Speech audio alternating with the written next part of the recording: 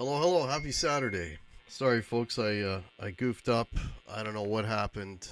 Every time I go live on OBS, I'm always wondering if I'm hitting the right button, and then something weird happened. And anyway, here we are.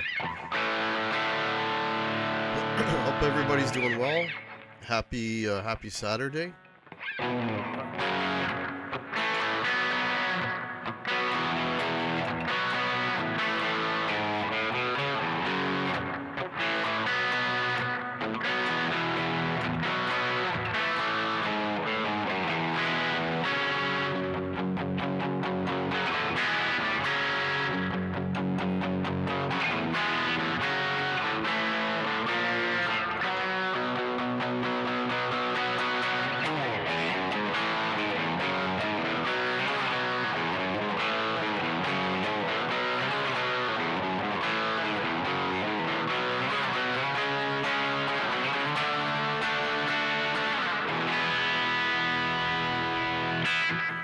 A little bit of darkness for you. It's like the first thing you want to play when you get a custom, which I'll talk about here in a minute. Papa Blue, welcome. Paul Lou, hey man. Paul Lou, you were in Nashville. Did you buy anything? That's what I gotta know. Russell, how's it going? Steve Auger, nice to see you. West Coast Dave, it's Saturday night. Shouldn't Hack be gigging? Yeah. It's funny you mentioned that, West Coast Dave, because I was under the impression that I was actually gigging this week, and fortunately, I sent a message, hey, where's the set list? And it's like, for what? It's next week. I'm like, fuck. Like, if I had gotten that response, I would have driven to the place, which would have been like, a good hour and change to get there, and I would have shown up like, where's the band? So I wish I could say that's only happened to me once, but well, not to the point where I actually went and there was nobody there, but where like I wasn't sure, like that there was a break, because I just see all these dates and they kind of look like they're one after the other, and I just kind of go off of that. So I was very lucky that I didn't drive out there for nothing. Dan in New Jersey, welcome. But to answer your question, West Coast Dave, yeah, I got one next weekend that I thought was this weekend. And then actually I get a nice little break, believe it or not. Pretty much, I mean, if nothing comes up, well, I don't think we really want to do anything either. I think we kind of run the gamut for the year. But pretty much after next week, I have nothing until New Year's Eve. So, yeah, we'll see. Yes, Paul. Dan in New Jersey, welcome. What'd you get, Paul? Hey, Mitch. How you doing?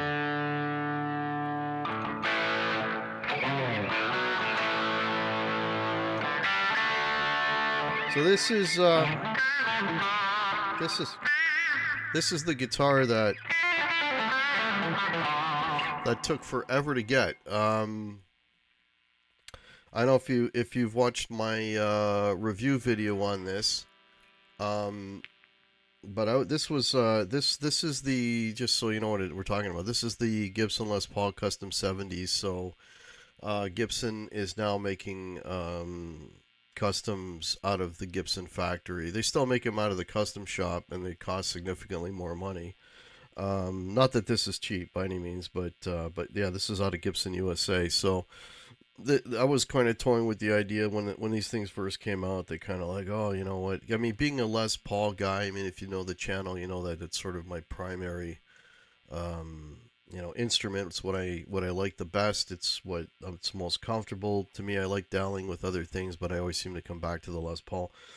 And this is kind of like the Les Paul that there's a couple, like if you're a big Les Paul guy that you gotta own. One of them I have is the RO.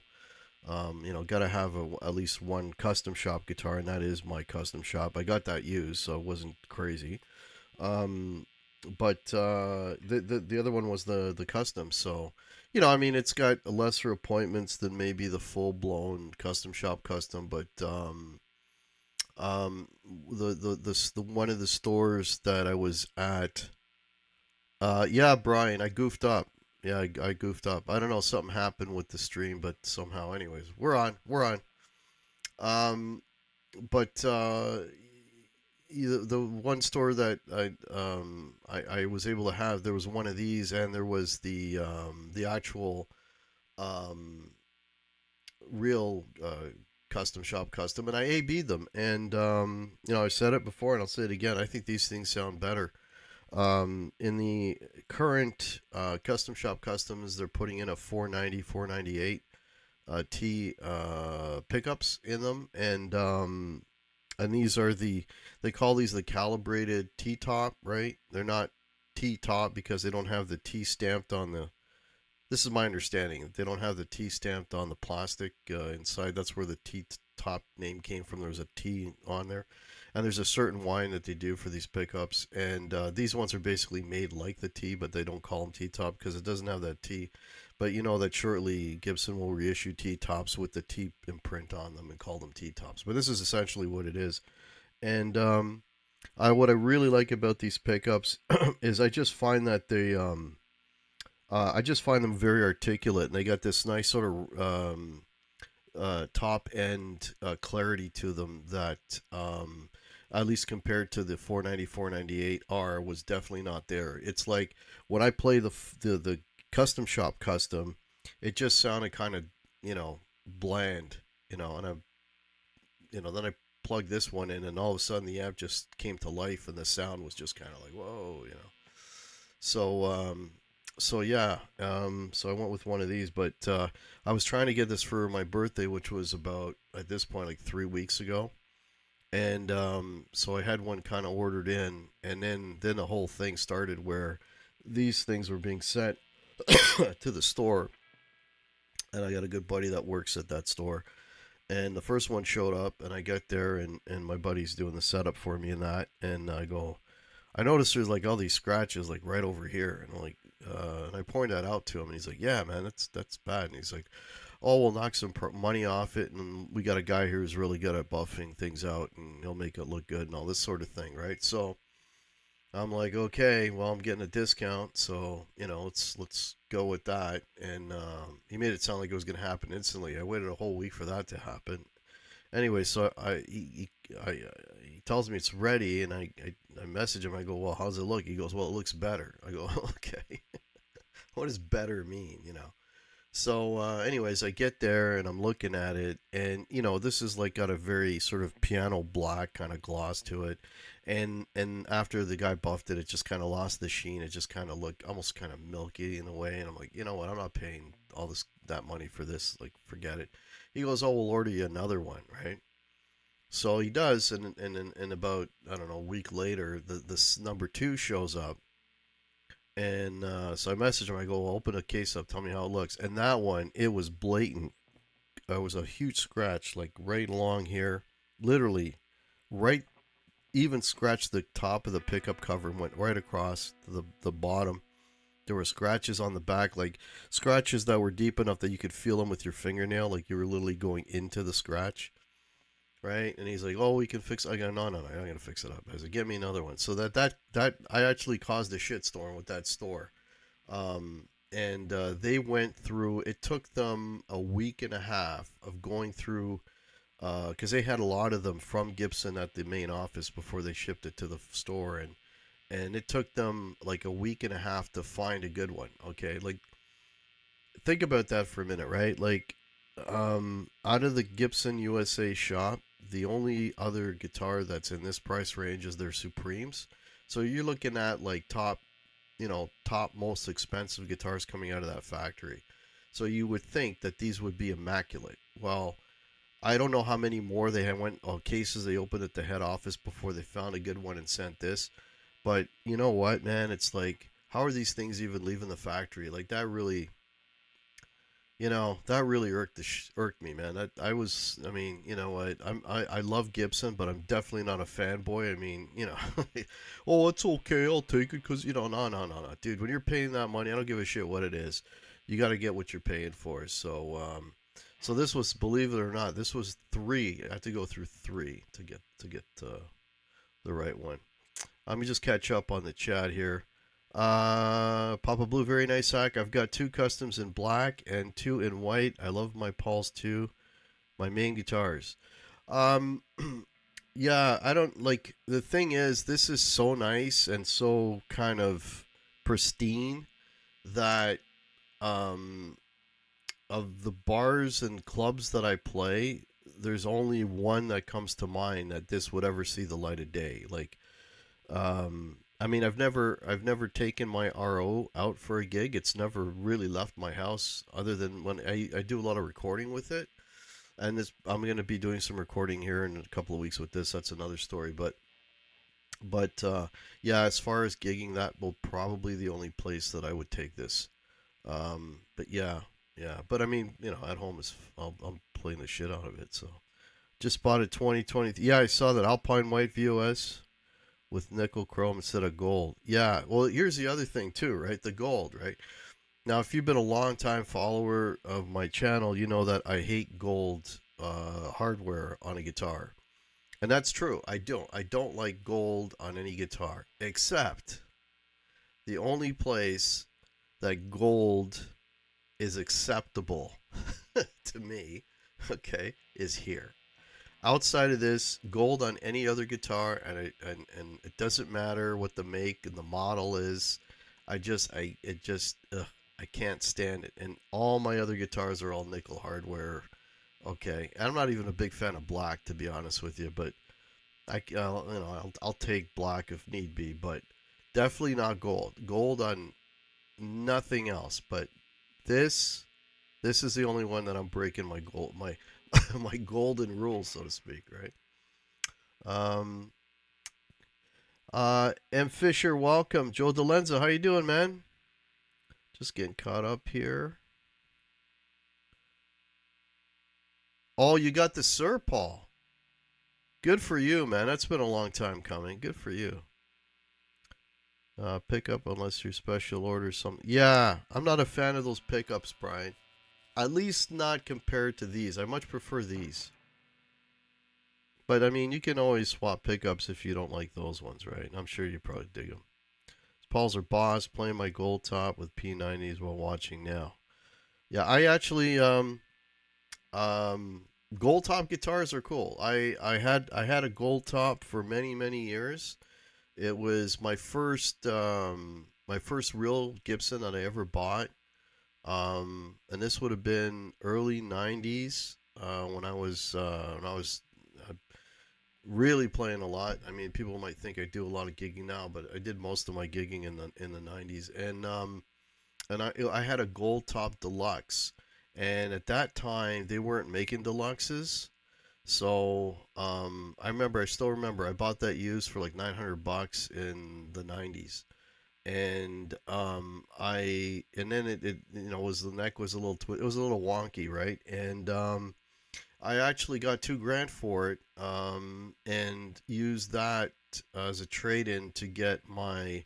And you probably haven't seen it in a while, but if you know the channel, you've seen it at some point. But I have a 339 um, Gibson, which is like it's basically a 335 but shrunken, where the body's just slightly larger than a Les Paul body. But yeah, that's a guitar I traded in for that. But that was like my first Gibson, was a gold top deluxe. Um, Sorry, I'm just getting caught up here, folks. Thanks for popping in, by the way. Okay, I just jumped. Okay, better than. Yeah, yeah, definitely. Yeah. Yeah, it's crazy, eh, Mike? M. Fisher. I'm calling you Mike for some reason, but yeah, it's crazy how they let that shit out of the factory. Happened on transit or after it got to CA because I'm seeing them and they're fine. I don't know, Brian. It's almost like when they pulled out a bad one. Yeah, let's just send that to the dumb Canadians. They won't know any different. This guy did. uh, Three's a charm, yeah, Mitch. Yes. Hey, Dwight, how you doing, man? Too bad the Firebird case is so. That's the Firebird case, by the way. That's the Firebird case. I mean, I keep pointing it out because it, that thing's almost 4 feet high. Okay. Um, Actually, the Firebird is a phenomenal instrument. I absolutely love the Firebird. It takes a little bit of getting used to. It's like playing a canoe. And the neck is like everything is this much away from where you think it is. So you think you're grabbing like, you know, you're here and you're grabbing the 12th fret when in reality that's the 15th fret and the 12th fret's right around here. That's so there's a little bit of an adjustment when you're playing the Firebird, but man, there's something about those Firebird pickups and just something about the guitar that's just extra special. I love it, and it's a very light guitar, surprisingly. I've taken that, I've gigged with that a few times this year. Again, there's the only one place that I can really use it. It's the same place that I plan on using this. And the Firebird, it's you don't want to risk it getting damaged. But the other thing is, you need a lot of room because the thing is like it's not quite 4 feet long, but I mean it's pretty long instrument. About those Colts, yeah, man, about those Colts. I think they got a bye this week, right? Just going down here. It's buyer's market. I got the white LPC used, excellent for 3,600 bucks. That's very good, Brian. That's cool, man. 3,600 for a custom shop is amazing. When I got my 83 custom, it was all I had. I took it everywhere. Yeah, well, I mean, if that's the only guitar you have, for sure, man. Okay, just going down here. I saw Gold Top Access LP today. I need more money. All the Access with the that's the Alex Lifeson cutaway. Got the cutaway. It's got a Floyd on it. I think the pickup split on it too. It's got a lot of gadgets on it. If it's the Alex one, I think he's got. I don't know if the regular one has, but the Alex one has a piezo in it, so it's got actually two output jacks on it. So, do you know how to play "Fight the Good Fight" by Triumph? No, I do not. No, I don't know a lot of Triumph. Triumph was I mean it's not a band that I dislike. I like the earlier stuff. I mean there's a point where for me they got too 80s and too commercial, but I like the earlier stuff like Allied Forces and what's the other one? Like I'm so bad with names. The earlier records. By the time they got to like what's that something Kings? I'm terrible with names. Yeah, but their earlier stuff, but I never really tried to learn any of their stuff. My name is Mike. Hey, I got lucky. Hey, Mike. It doubles as a coffin. Yeah, for a real skinny guy, I guess it could be a coffin, right? We're on a bye this week. Yeah, yeah, yeah. I'm more excited about my college team. We're 11-0. Oh, cool. KC next time. Oh yeah, KC and and the Colts would be an amazing game. There's amazing games on tomorrow. I wore out a Triumph cassette in high school.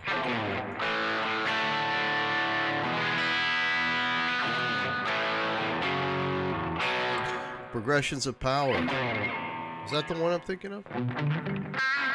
Describe if you describe to me I probably know more from the cover art than I do the name. Thunder 7. That's the man, right? In the circles, that Thunder 7? Yeah, we did a whole show on Triumph on my channel with Martin and Pete. We did a ranking at top, or no, actually that one is just me and Pete. Well, I think we did that, but we did a ranking top 10, or did we rank the whole? We may have ranked the whole catalog because there's not many records. Rock and Roll Machine, Faster than you've ever seen. I think that's it. Oh, you're a Triumph fan? This is a Triumph riff.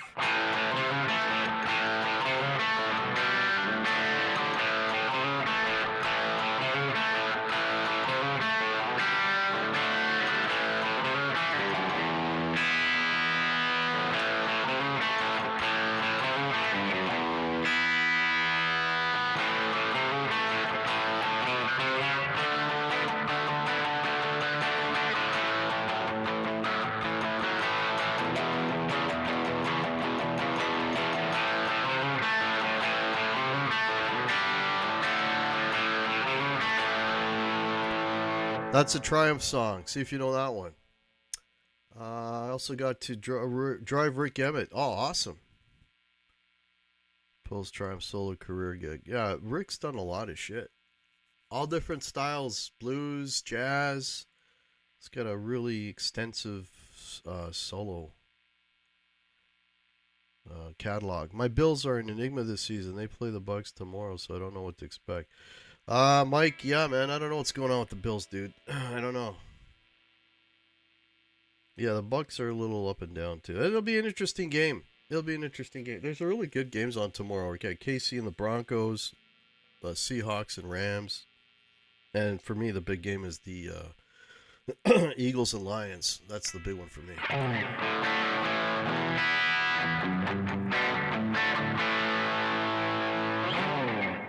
On 36 solo, hey man. There's Johnny Bean, hello.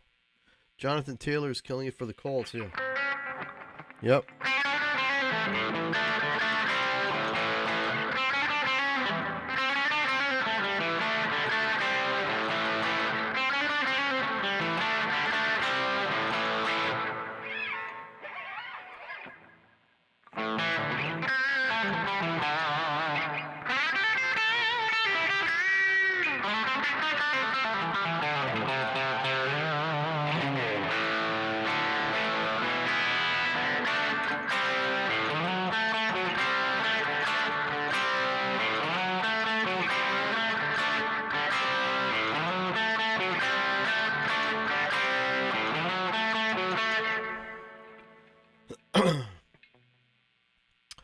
Might be the MVP. Yeah, could be. A lot of potential MVPs this year. You know, Stafford. You know, he's playing really good. Usually MVPs go to quarterbacks.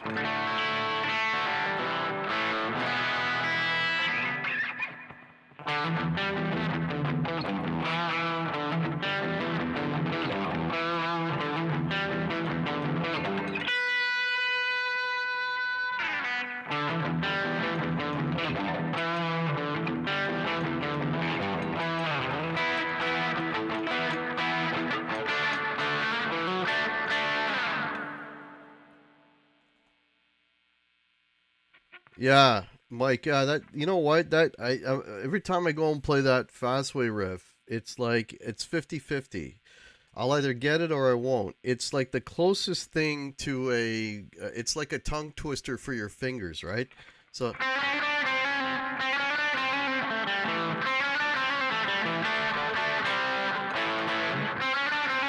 See? Sometimes I get it, sometimes I don't.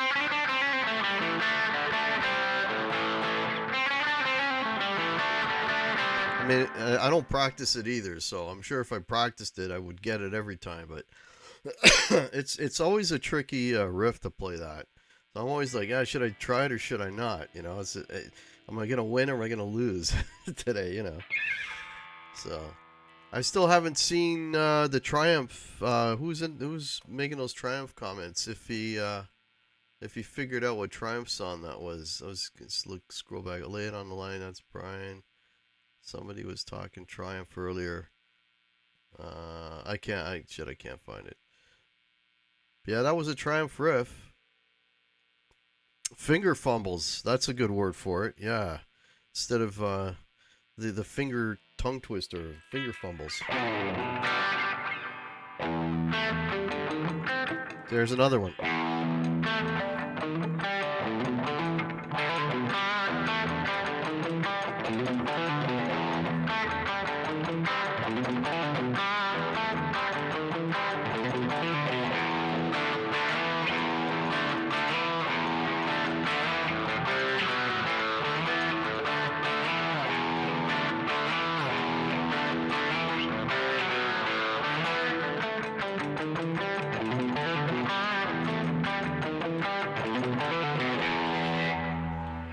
Yeah, a lot of the best riffs are finger fumbles.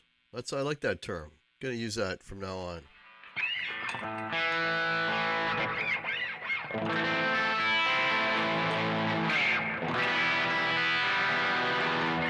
Oh, UFO? Yeah, man. Oh, she has it. I can't remember. I used to know how to play Hard to Handle. I'm not even gonna attempt it. I can't remember how to play Hard to Handle. I used to play that one all the time.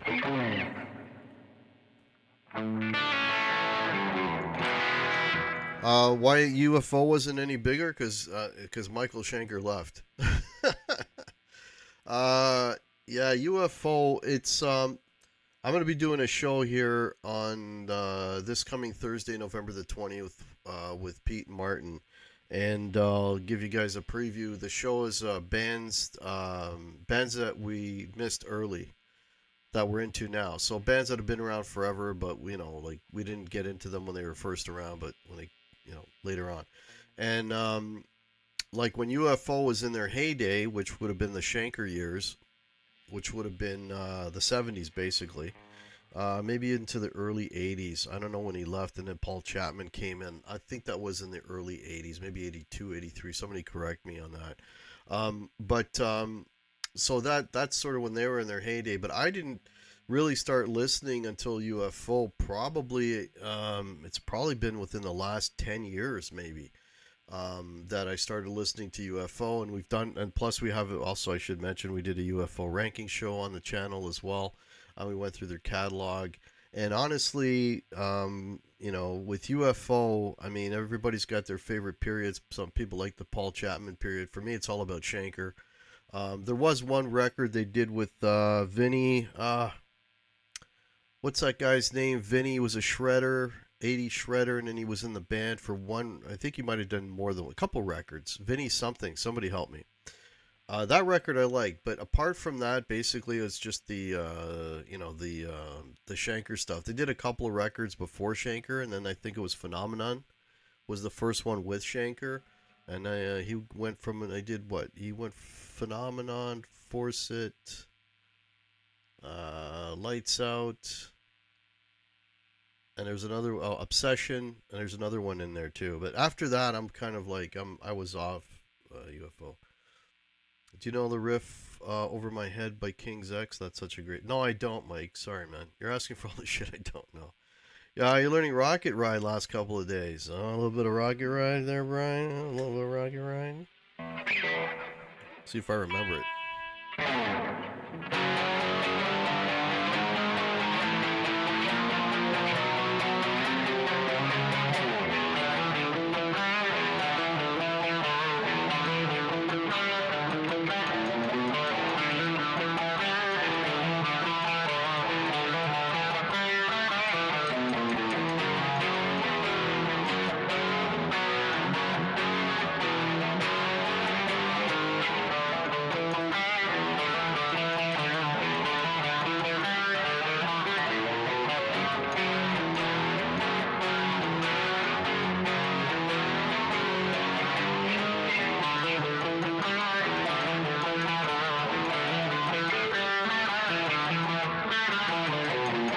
The rest I don't know. The rest of it I don't know. Just know that beginning bit. I used to know the whole song, but I can't remember the rest of it.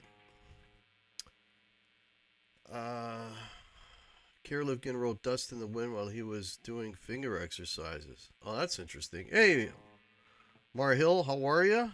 I know for whatever reason, YouTube now is putting people's email addresses instead of their names. So I'm going to be messing up people's names here, because unless they use the same name in their email as they do in their, YouTube profile. So I apologize for that. Vinny Moore, Dark Wizard. Thank you very much. And welcome to Dark Wizard. That's the name I was looking for.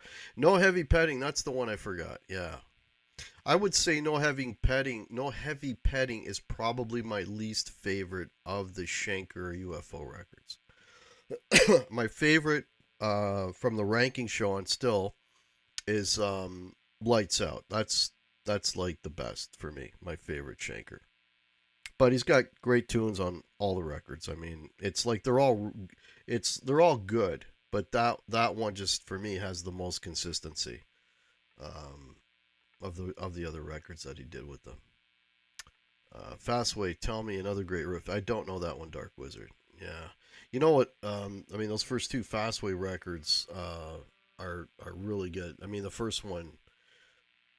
I mean, well, that's what say what you will, which is I'm gonna screw it up again. That one, and there's a song on there called Heft that is really really cool. It's like kind of a slow draggy thing. It's almost got like a Zeppelin kind of cashmere kind of vibe to it, kind of slow draggy thing. That's a really good song.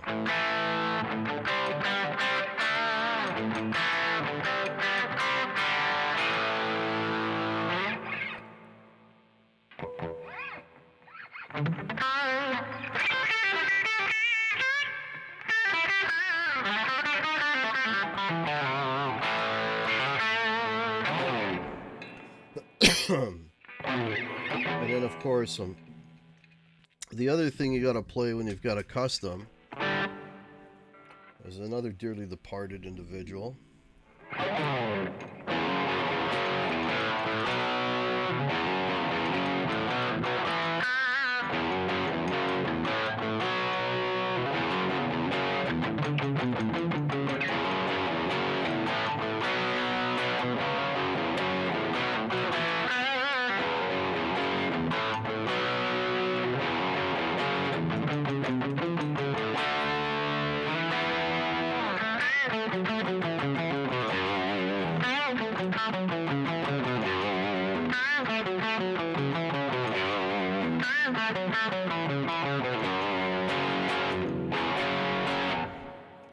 Mr. John Sykes.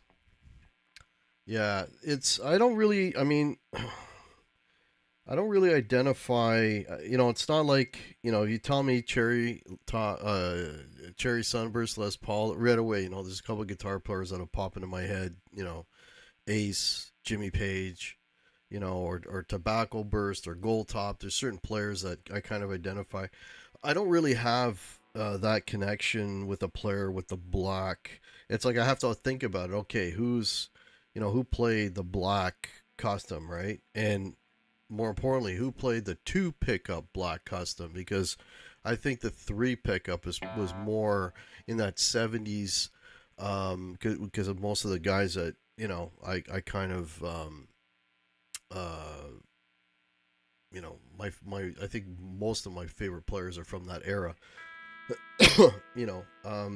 They were all 3 pickup Les Pauls back then, so or 3 pickup customs, and I mean, Sykes played a custom, and the Darkness Justin plays a white custom, but it's a custom, so I don't know. To me, that lead singer from Fastway went on to form the Irish punk band Flogging Molly. Yeah, and I was talking about this, and I don't know, maybe I'm just imagining this, but didn't he do like a solo record before that? Because I'm pretty sure on YouTube I saw him in a I don't know if there was a name of another, or maybe it was a band. It might not have been a solo. It wasn't Flogging Molly. Was there like an in between band? But yeah, the music was very I don't know. It was just not memorable. It was, from what I remember, it was almost like AOR kind of, but not memorable AOR, not like Journey, But somebody probably, you guys probably know better than I do. I saw Vinnie Moore open for Uli John Roth. Cool. Yeah, he's a hell of a player. He never really. I mean, he had his heyday in the '80s with guys, with the Tony McAlpine. Like there was all these guys that were like big in the '80s that never kind of broke through, like a Steve Vai or a Satriani kind of broke through, and he was part of that group, right? Paul Gilbert eventually did manage to break through, I mean, mostly, because he got into Mr. Big, right? primarily, but he's a kind of a known entity now. But a lot of those guys, Vinnie Moore kind of got lost in the mix there. Mick Mars played the Black Custom. Oh, that's right. Yeah, Mick Mars. Yeah, that's right. Yeah. Yeah, on the Livewire video, he's playing a Black Custom. That's right, West Coast Dave. Yeah. Channel needs your YouTube handle. That is being displayed instead of username. You can still edit your handle. Didn't Frampton have a three? Yeah, Frampton had the famous story where he had this favorite three pickup 70s custom that went down in a plane, and he thought he lost it for good, and then it managed to be returned to him much later on. It was lost in the Amazon, the plane or some shit, and then somebody had it and got it back to him, and they called it the Phoenix. And of course Gibson took that, the Phoenix, it's got history, and then of course they made Peter Frampton reissue three pickup black custom Phoenixes, So that's the lore associated with Frampton's guitar back then. Mick did play an Ebony, yeah, Too Fast for Love, yeah.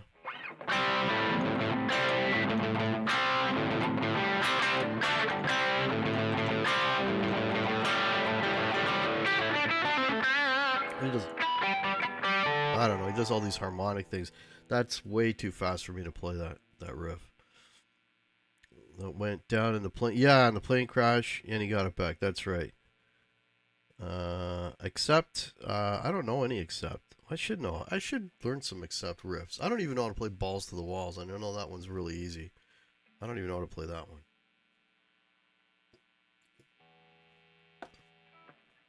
Yeah.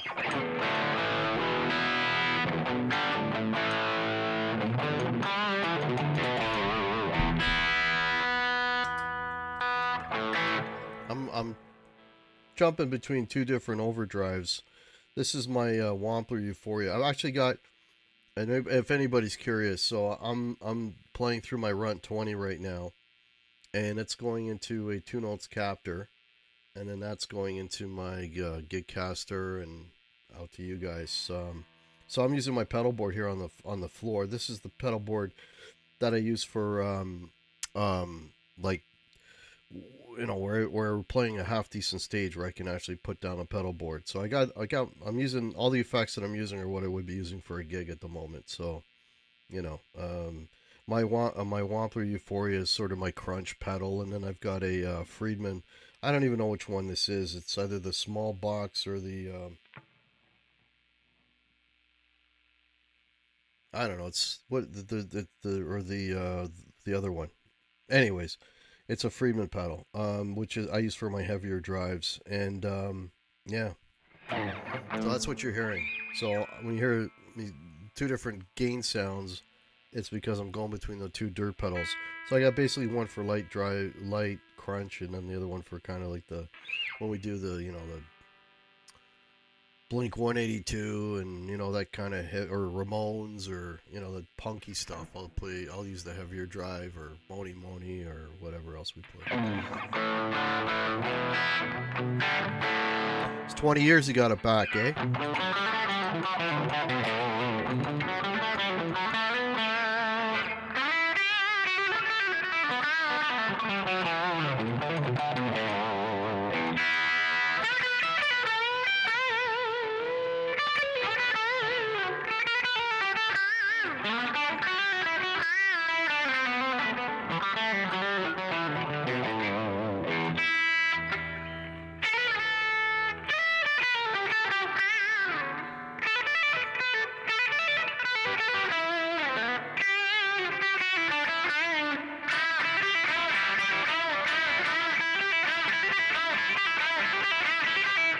That's the 1/8 trick. You gotta hit both strings at the same time. So instead of doing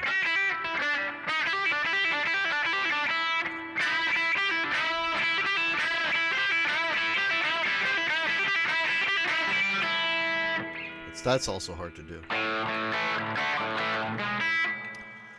It's hard to do if you're a hack.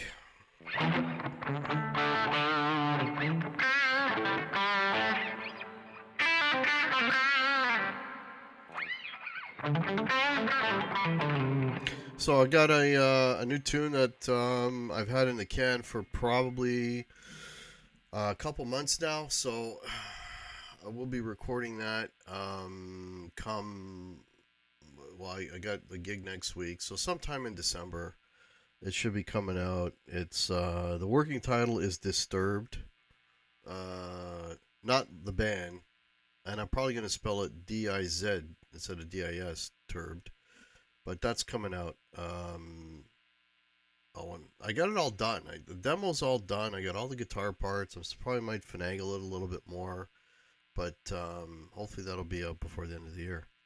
What's my favorite iconic guitar solo to play hack? Uh, as part of the cover band thing, what do I like to play? What solo? Maybe maybe I want you to want me. Maybe that solo. That might be my favorite because that one I pretty much that one's pretty much note for note, right? You know.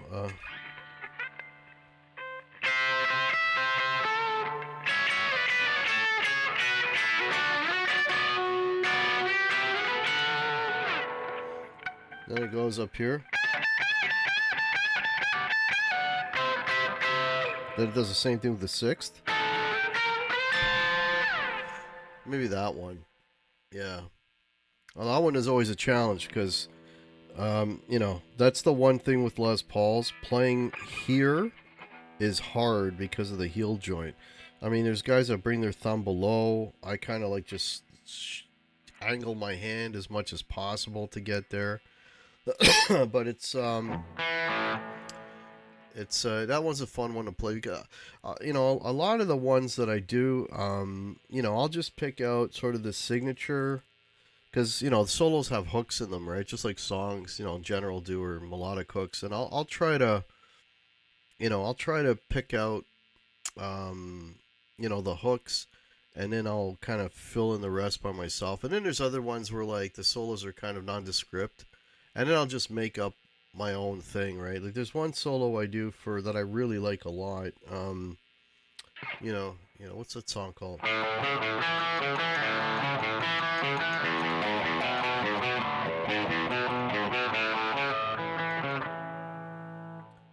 Uh, anyway.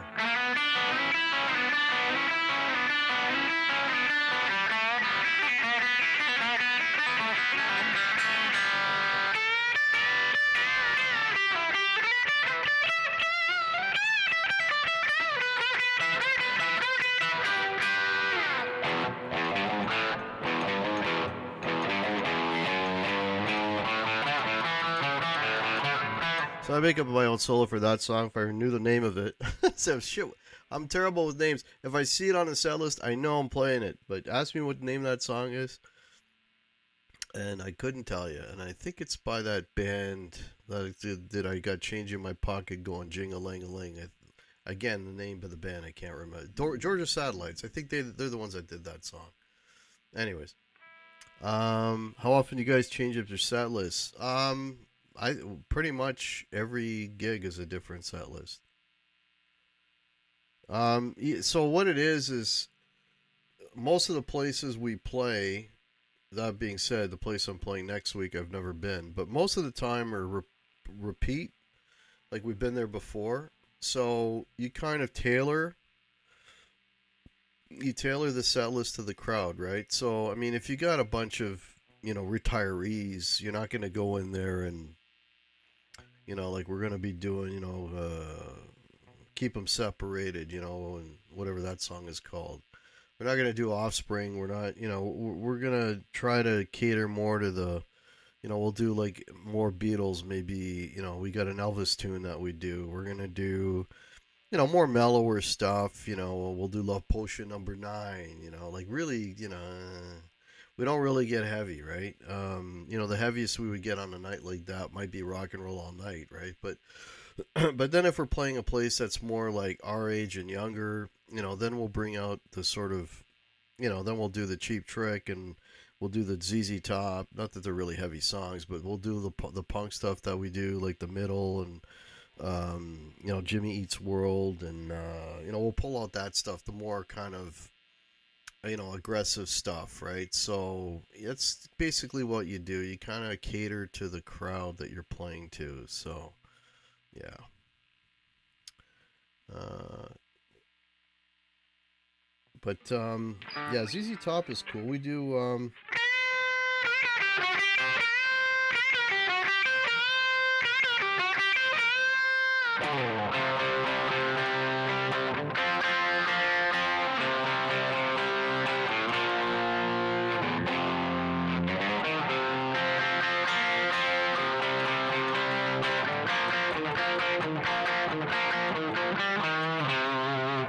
Give Me All Your Lovin'. That's one of the tunes we do. That's a fun one to do. I don't, and again, so that would be an example where I don't play what Billy does note for note. I do something like, but then he goes into this part.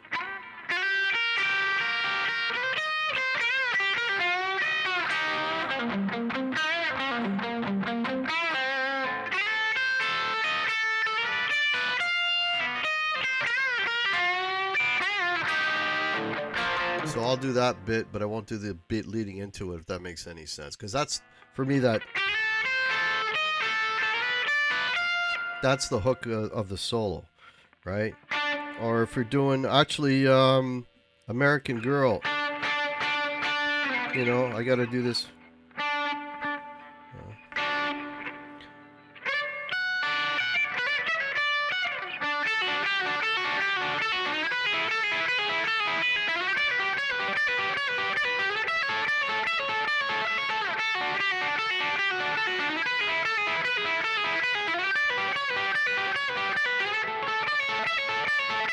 Like there's that big elaborate sort of arpeggios with hammers and pull offs. Like that's basically what's on the record. So, you know.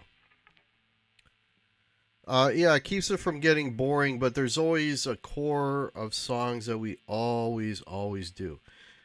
Hey, Russell, how are you? Janice, welcome.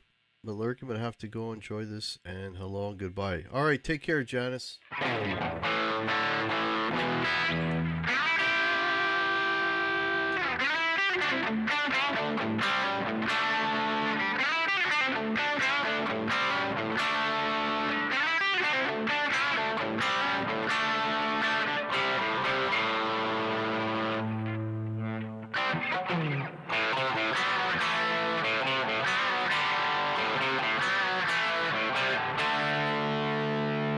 This is like my favorite Def Leppard song.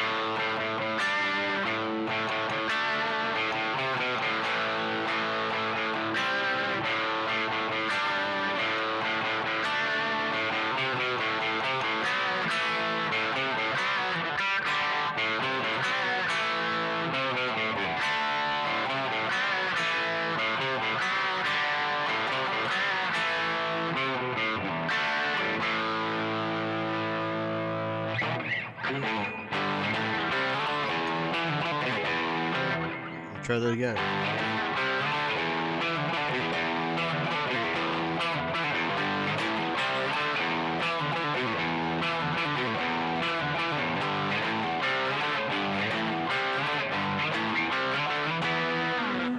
I got a copyright strike once for doing that.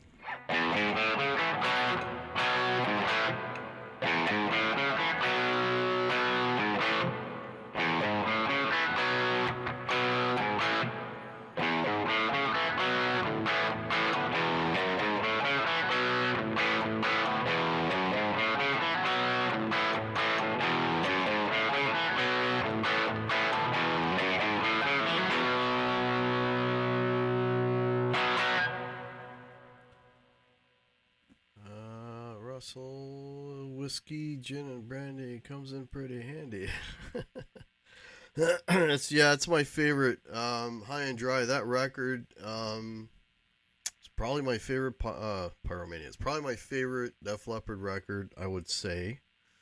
Um, I'm good up to Pyromania, and then I'm out permanently with Def Leppard. But hey, Too Late for Love. I think it's my favorite anthem. Yeah, yeah, yeah. I got a copyright, not a claim or a strike, but they Rush. I don't know. It's weird. I always I've played it a million times. The Limelight, nothing, which is kind of a more well-known song. But when I play anthem, I get nailed every time. So that's why I'm not gonna play any more of it. Excuse me. It does the Rush thing. How about Nazareth?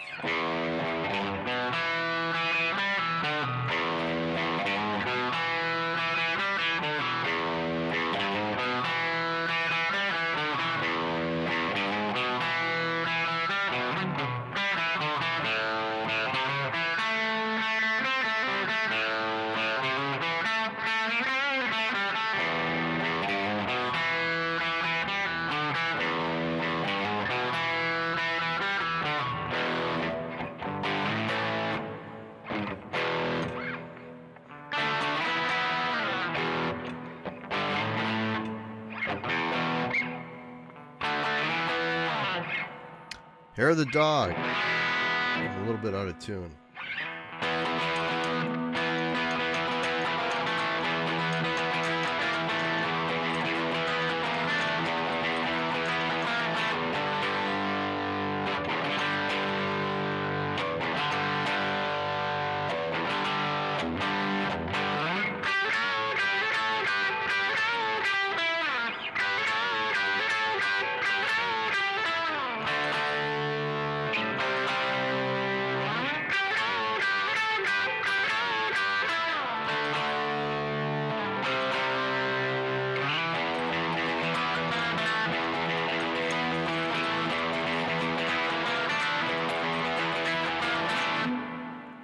Love that song.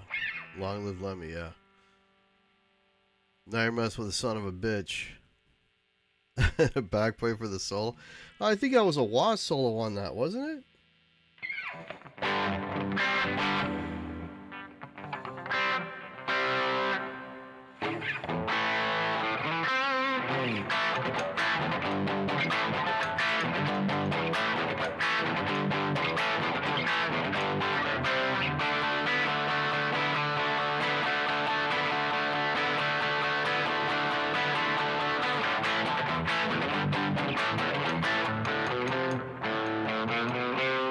I used to know how to play Dirty White Boy. Can't remember that one. There's a bagpipe in there? Really? Really? Oh, it's a wah wah wah wah wah wah wah wah wah wah wah wah wah. Is that a guitar or a bagpipe? Maybe he's doing it on a bagpipe. Okay, could be. I don't know. Anyways, folks, I've been in here for almost an hour. I don't know who's still with us. If you've hung out this long, much appreciated. What's coming up on the channel? Stay tuned for the Thursday, November 20th, 8 p.m. live. It's myself, Martin, and Pete, and we will be discussing bands that we got into later. So check that out. And I've got a song loaded up here. This is a song I did about 5 years ago. It's a tribute to the Telecaster. It's got some of the best Telecaster tone, thanks to my whiz recording brother. And that's so my Telecaster's all over it, although Les Paul does make an entrance there towards the end. But it's a pretty cool song. It's kind of a nice the video kind of reminds you of better times and better weather than what we're having right now. And the song is called Desert Road. So check this out. I'll catch you all on Thursday. Have a great rest of your weekend, and we'll talk soon. All right, here we go. Cheers.